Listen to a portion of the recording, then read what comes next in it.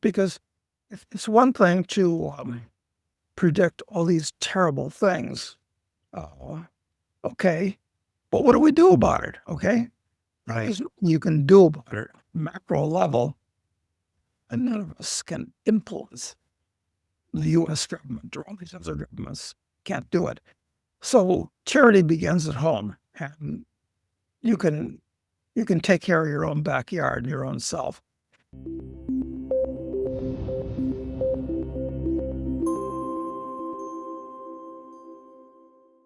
Doug Casey, my friend, how are you? Good morning to you.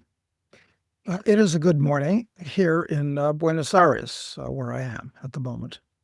Yeah. Well, I am here in Atlanta. I think I'm an hour behind you.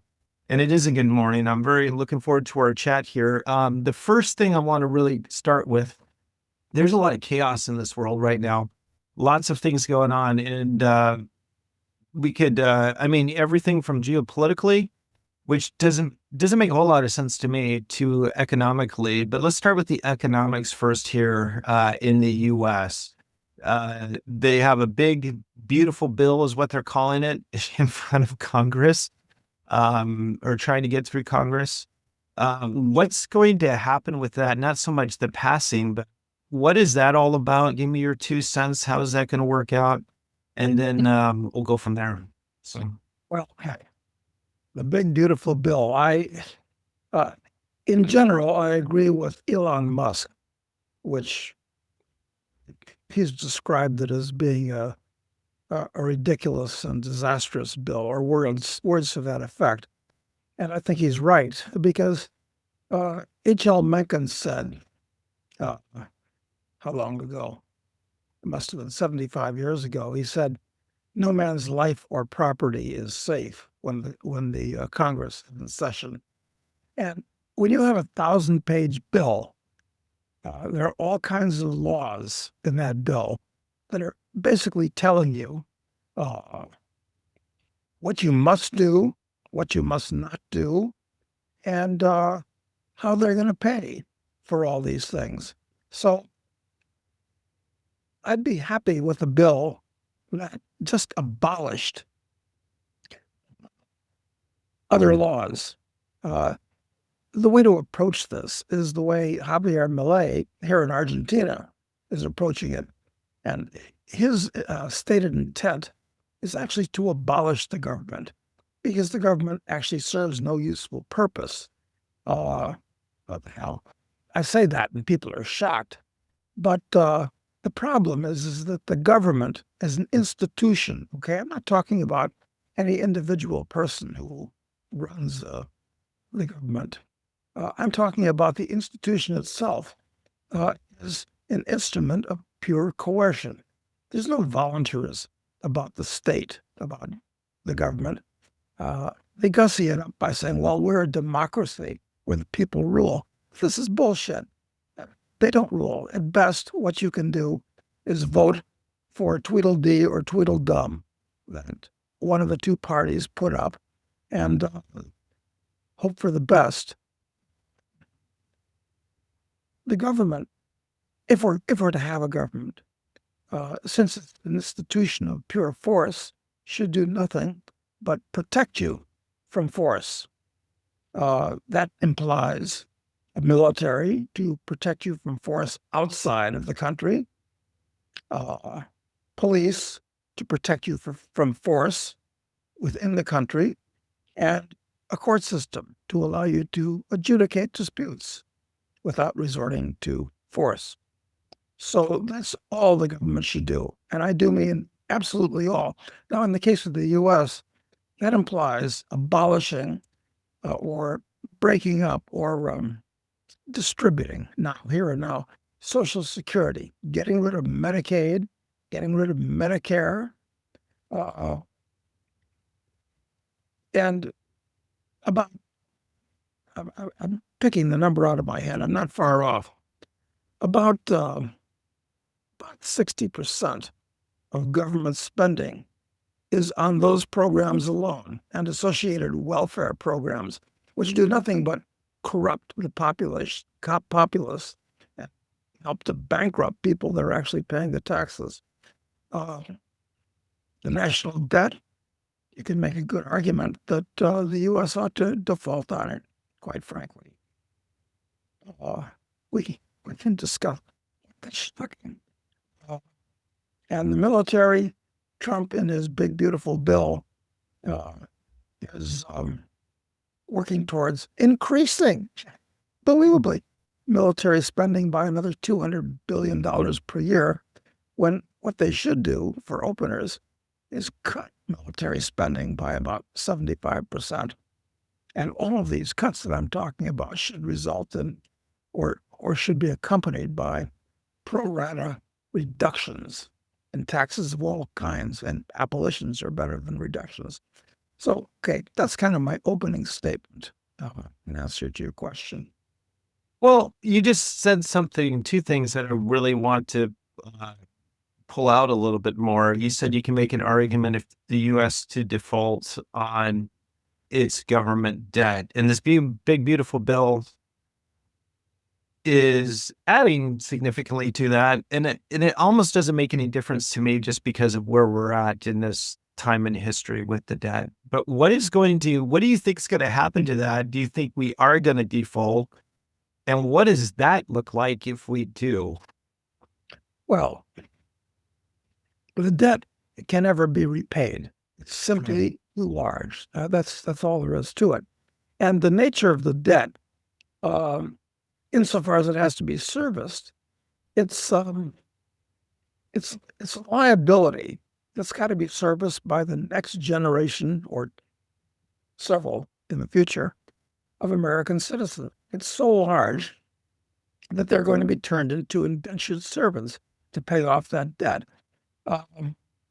And frankly, uh, I like the idea of defaulting on the debt because it's going to punish the people that have been codependent with the U.S. government, that have financed its depredations. The U.S. government, or government, any government, anywhere, is not your friend. It's not your compadre. It's a dangerous predator that acts as a parasite on society in general. As I say these things, they seem logical and natural to me and all of the people I associate with. But I'm sure many people that are listening to this are saying, it's outrageous. That's ridiculous. Would you say I'm right or not about the way most people react to the concepts of, in effect, anarcho-capitalism? If you're asking me, I would say most people think you're an alien from outer space if that's what they hear. If you're asking me specifically, I am 100% on board. And I mean that with like, not just because you're saying it, but just working through this. And it's really basic, and it's not complicated in what I'm trying to say, but you do need to work through it. It's starting with the government is not your friend. It's not looking out for your best interests. At best, it's an oligarchical system. At worst, it's enslavement from the masses, if you would, from whoever has the most votes. That's right. It's a totally corrupting influence on society. So, of course, people in general like the idea of the government because there's a lot of propaganda that equates the government with the society, and they're two different things. The government is basically a dead hand on society itself. And I really, I love America. I've been to 155 countries. I've lived in 10 or 12, really. As I said, I'm in Buenos Aires right now. Spent a lot of time down here in Uruguay across the Plate River as well. But although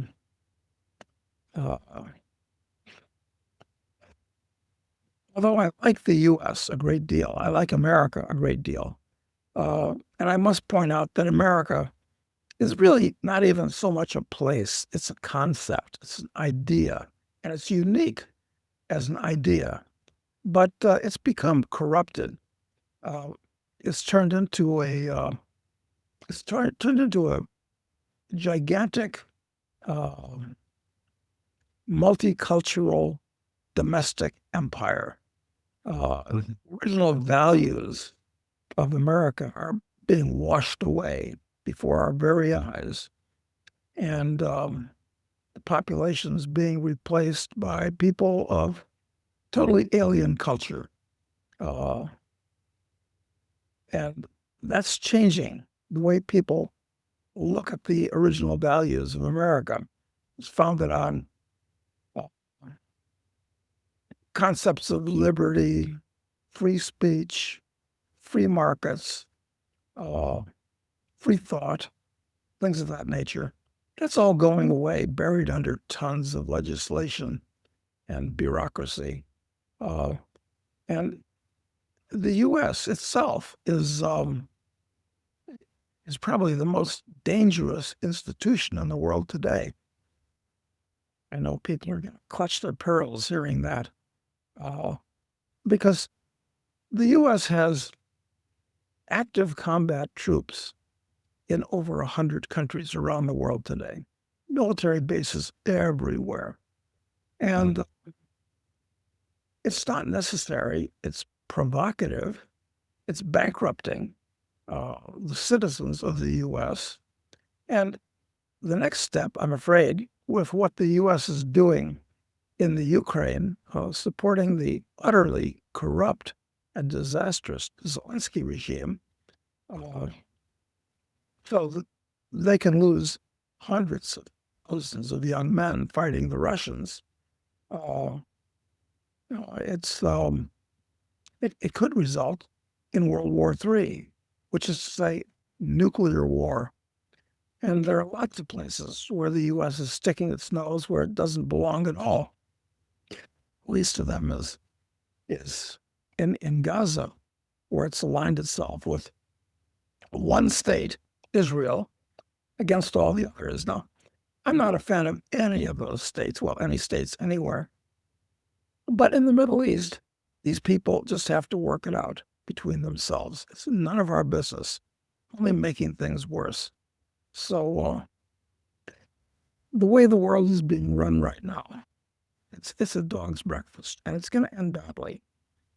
And with World War III, uh, whether that comes uh, before or after a collapse of the economy, which is inevitable and actually in motion, I don't know. But it's like a 1-2 punch to the average American, and the average American doesn't see it coming. No, they really don't. But let's work that out here. You mentioned so many things. The military industrial complex, you didn't name it that, but I'm assuming that's what you're referring to. The collapse of an economy, really, that's with all of the debt and all of the spending. Um, and then, but project this out over the next few years, handful of years. What does this look like? And one of the reasons why I've read your stuff and listened to you throughout, really, it's been decades now, is that you have a great understanding, and we all get things right and wrong. You're mostly right. You have a great understanding of what the world will look like in the future. So work that out for me in the next 5 years. What does the world really look like over the next handful of years? Well, you know what Yogi Berra said about this. What did Yogi Berra say about the future? It's I know what you're referring to. I mean, they both know the quote from Yogi. Yeah. One of the reasons why Yogi Berra quotes are so great is because of the way he phrases it. And I'm trying to recall exactly the way uh,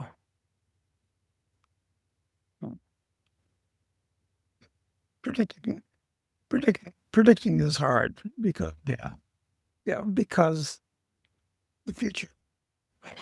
Well, I'm sorry I brought it up since I don't have the quote on the top of my tongue.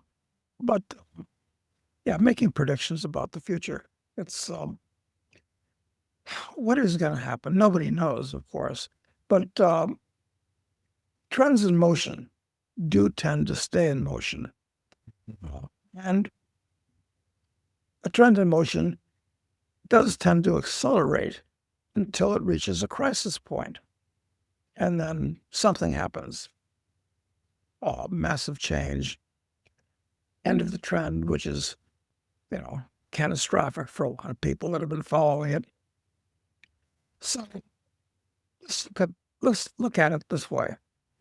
Um, from let's go back before World War I, when the U.S. government was teeny weeny. There was no income tax.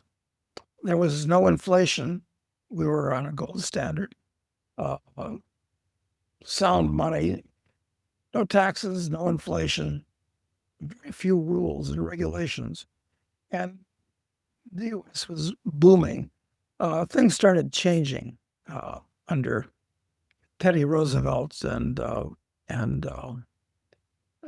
McKinley, who was kind of Trump's favorite president, with the Spanish-American War, the conquest of the Philippines, the building of an international empire on the part of the U.S.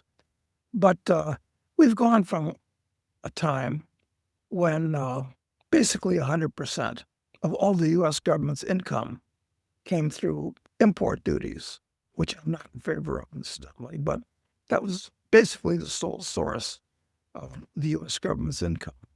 You can live with that. But now, instead of being 5 or 6 or 7 or 8% of the GNP, the U.S. government now, directly or indirectly, is taking 30 or 40% of the GNP. And foreign countries are even worse. The same is true of Europe. There's no income tax, no central banks. That's all changed too with World War I. So that the trend in motion for over 100 years now has been towards a bigger, a more aggressive state with more rules, more taxes. Okay. And it's still growing, especially in Europe. Europe is a sinking ship at this point. They're much worse off than we are in every way possible. But the U.S., the state's gotten completely out of control. I think it's going to come to an end with the bankruptcy of most Western governments at this point. That's in the cards. And with the destruction of the U.S. dollar, the European euro, this is going to be a real problem for individuals, for their employers. We can see massive unemployment, social instability. It could be something resembling chaos. And I'm not even talking about World War III, which what would that look like if we have, and we could be on the edge of World War III too. Well, nuclear war, turning major cities into burning crisps, basically mass murder is what it would be. But will World War III even necessarily be with nuclear weapons? Well, yeah, probably. But I think what's more likely is cyber war, since the whole world over the last couple of generations has come to run on computers. And if the computers don't work through cyber war, you won't be able to pump gas, you won't be able to refine gas, you won't be able to transfer your digital money through the banks, which will all fail. They're all bankrupt anyway, the banks, even now. Utilities collapse. No air traffic. Cyber war would be a complete disaster. All the physical infrastructure would still be here, but we couldn't make it work. That's a possibility. Perhaps even a bigger possibility is biological war. I mean, why use big, clunky, stupid nuclear weapons when what you really want to do is just get rid of the enemy people? And it's become very, very sophisticated where the bugs can be distributed and attack only certain racial groups, areas, and only last for a month before. All kinds of possibilities like that. So the chances of World War III not resembling World War II really in any serious way be much, much worse. Uh, I think it's likely. So we got economic depression. We've got World War III. We've got sociological upsets where, half of the U.S. at this point, basically, well, actually, it's much more than half. It's like 70% of the country are net recipients of government projects. And if the government is not in a position to send them money anymore, they're going to be in trouble. And they're going to be angry because they're going to think, we're in this. So it's a very unstable situation. Forget about the political ramifications of Trump being in office. He's a real mixed bag. I mean, there's things to like about him, no question. But there's a lot to dislike about him. It makes for an even more unstable situation. Yeah, it really does. And it's interesting, I guess, not interesting, but it's confusing just working all of this out. And again, as you said, nobody really knows what exactly is going to happen. And I would even add a lot of what you said is already happening. You talked about like World War III. You can make a big argument that we're in World War III now with the proxy war over in Ukraine and Russia, what's going on there with NATO and us, droning people or assassination attempts on heads of states with drones or whatever.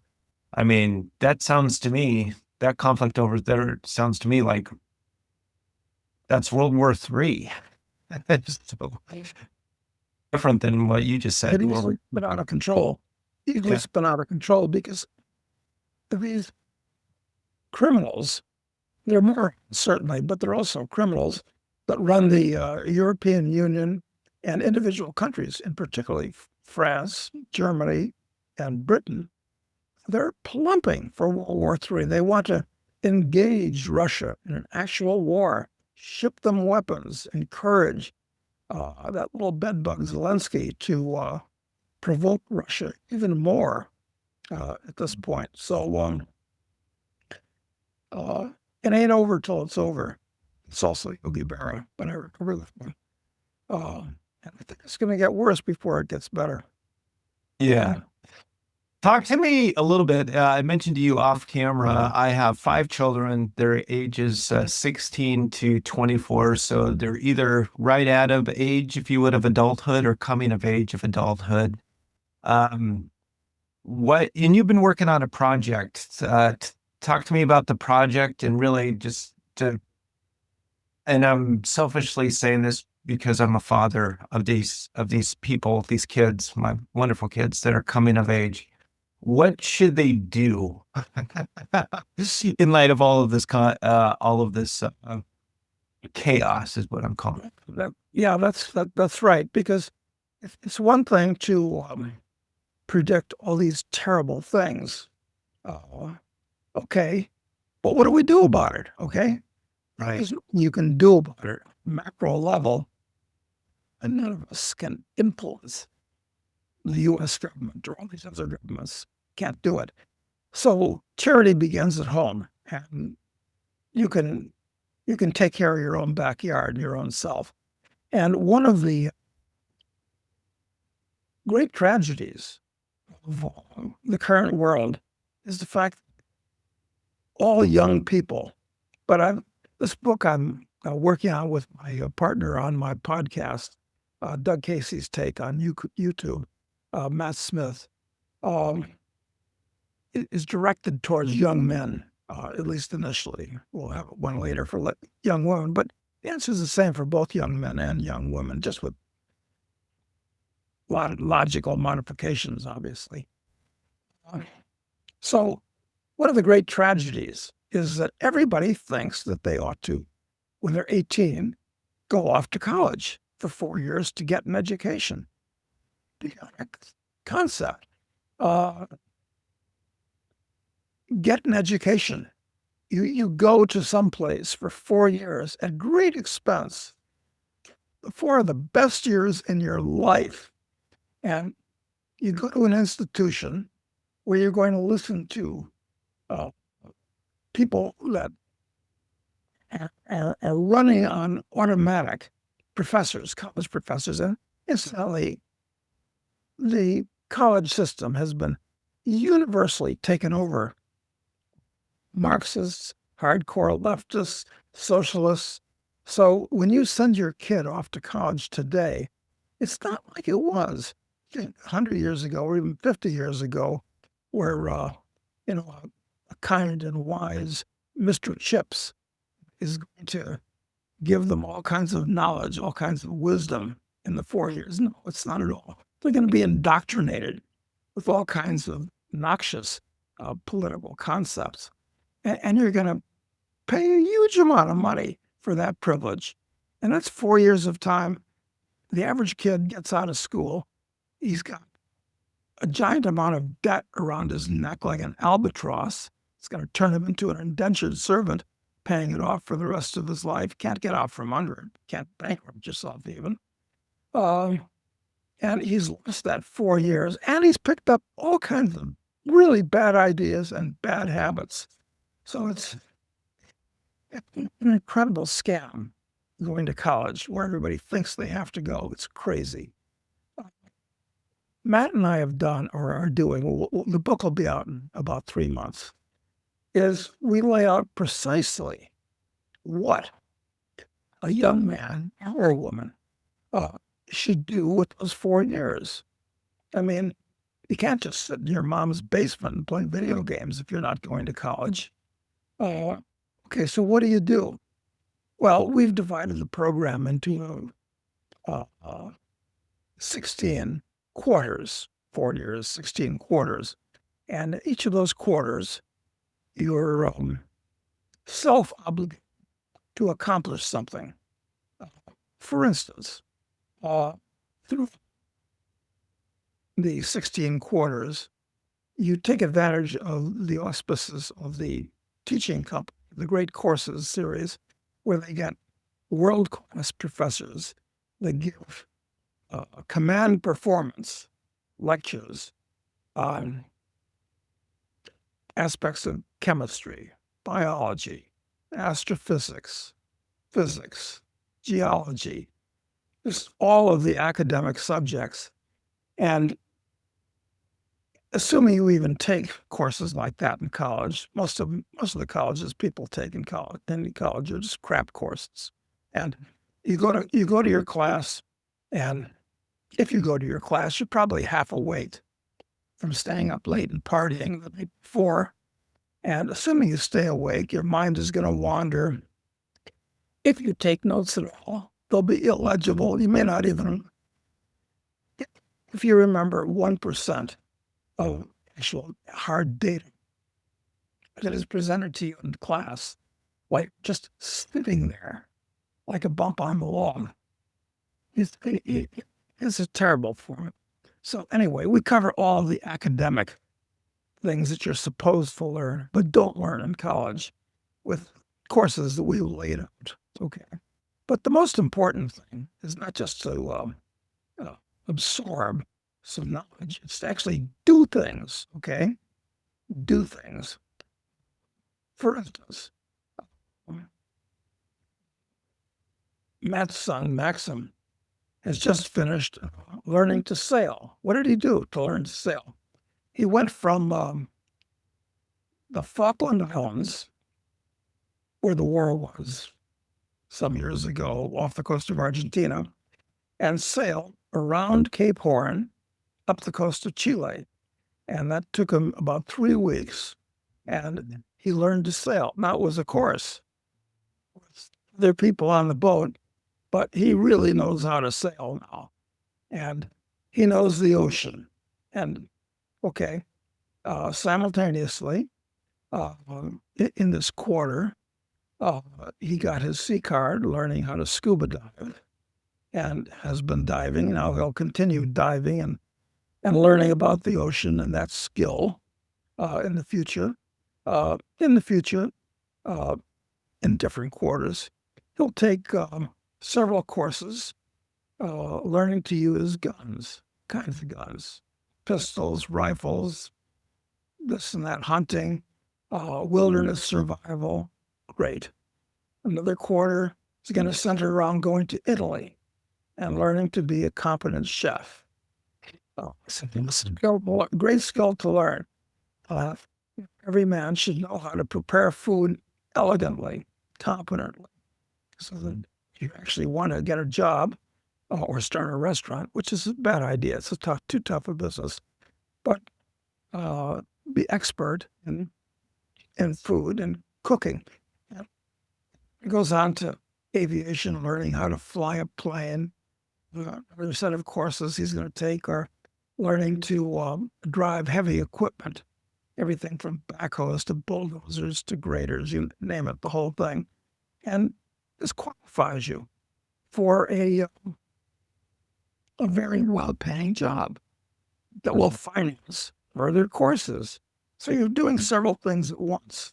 In your spare hours, you're learning the things that you're supposed to learn, but nobody does in college. You're doing things that you're qualified to do everything and anything by the end of this course. And of course, you're also learning, taking courses in how the world works financially and economically. When I was in college, neither me nor any of my classmates, and I went to what was considered a high price spread good university, we were all completely ignorant of the nature of money, what you do with money, how you save it, how accounting works, how business works. You figure these things out. But it's good to have some basics so you can stand on the shoulders of people that have already been there.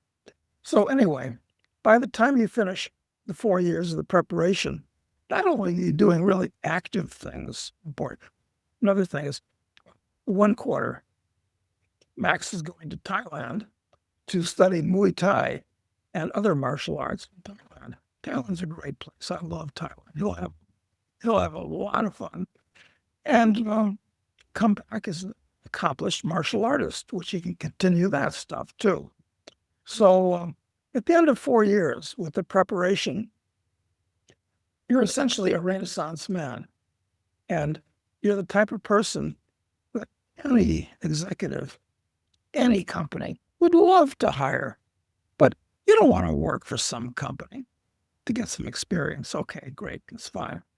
But the next step is to become an entrepreneur where you're not working for some goofy company living in a cubicle like all these idiots that went to college are going to have to do. So anyway, that's the story in a nutshell. And that's what you should do. I'm talking to people of under 30, okay? The world is in big trouble. Nasty things are going to happen. You got to prepare yourself. Okay, that's how you do it. Okay, that's what I'm saying. Instead of going to college for 4 years, a great expense to listen to stupidities and be corrupted. On that note, I remember this was in the late 90s, and I'll name drop if it's okay with you. The college you went to was Georgetown. I remember that. And I think you were classmates with Bill Clinton. Is that correct? Yeah, Bill and I were classmates at Georgetown. There's a funny story you told, and this was 30 years ago. Is like you went to class half asleep or something, and the professor finally said something interesting, and you sure. Said, yeah, that was interesting. And then they went back to sleep. That's a typical college experience. Right. Anyway, yeah. Yeah. So it really is. Almost any professor that you have in college, typically, you're going to be in a large lecture hall with 50 or 100 other students. the professor himself is talking. If it's a smaller class, it's going to be a grad student who's training. Right. It's a scam. I mean, college is a scam. I mean, it's like kindergarten for high school graduates who may not feel ready to join the world. So it's like a halfway house joining the world. Yeah. I mean, yes, if you're a smart kid and you are serious about STEM courses, science, technology, engineering, math, okay, and you want to get into a formal environment to progress in those things, okay. But that's not what college is all about. Even if you're taking STEM courses, that's post-grad. Yeah. So I remember my college experience. I had a great time. Do not get me wrong. I had a great Me too. Me too. Right. But I was looking back on it right after I got the bill. It was a $60,000 bill. And this was in the late 90s. And I thought this was not worth it. Number one, because now I got to work this off. I think it paid it off over 10 plus years. And then I was thinking back on what was the best thing I did, or what did I learn in college? And the best thing I did was I traveled. I traveled to Europe, spent a semester abroad and backpacked Europe.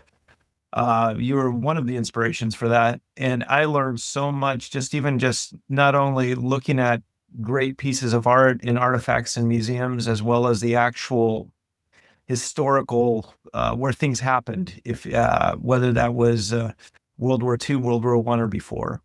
But just even the process of just being a young man and figuring things out, being in a new country, navigating the country, trying to network, talk to the locals, all of that. It was such an incredible education. So I've told that to my kids. Probably the best thing you can do is pack a bag and go travel, because you're going to learn more than sitting in a classroom. So That's right. Because if you just stay around the place where you're born and grew up, you're like a potted plant.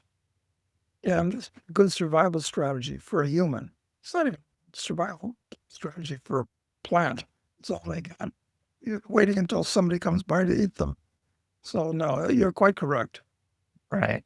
Well, Doug, we'll end on there. I'll put a link to your podcast and YouTube channel, Doug Casey's Take, in the show notes. You have been quite the influence. Go ahead. I also have a blog. It's called internationalman.com. It's free, and I write there. David Stockman used to be Reagan's OMB director. He was quite famous when Reagan was in office. He's very bright. A bunch of really great people right there, and it's free. So everybody ought to opt into internationalman.com too. Got to mention that. Excellent. Yeah, thank you for that. I'll put that as well as in the show notes below on the YouTube channel, as well as the Apple and Spotify podcast. Doug, it's always a pleasure having you on. I'd love to have you on again soon, especially when your book is launched, and I'll probably be one of your first buyers. Well, that's fantastic, Andy. We'll probably give you a review copy. I'll go you one better. But in 3 months, the book will be out, and we'll see how the market receives this radical preparation, which we're promoting. Yeah, well, I look forward to it. Thank you, Doug. I appreciate your time. Pleasure, Andy.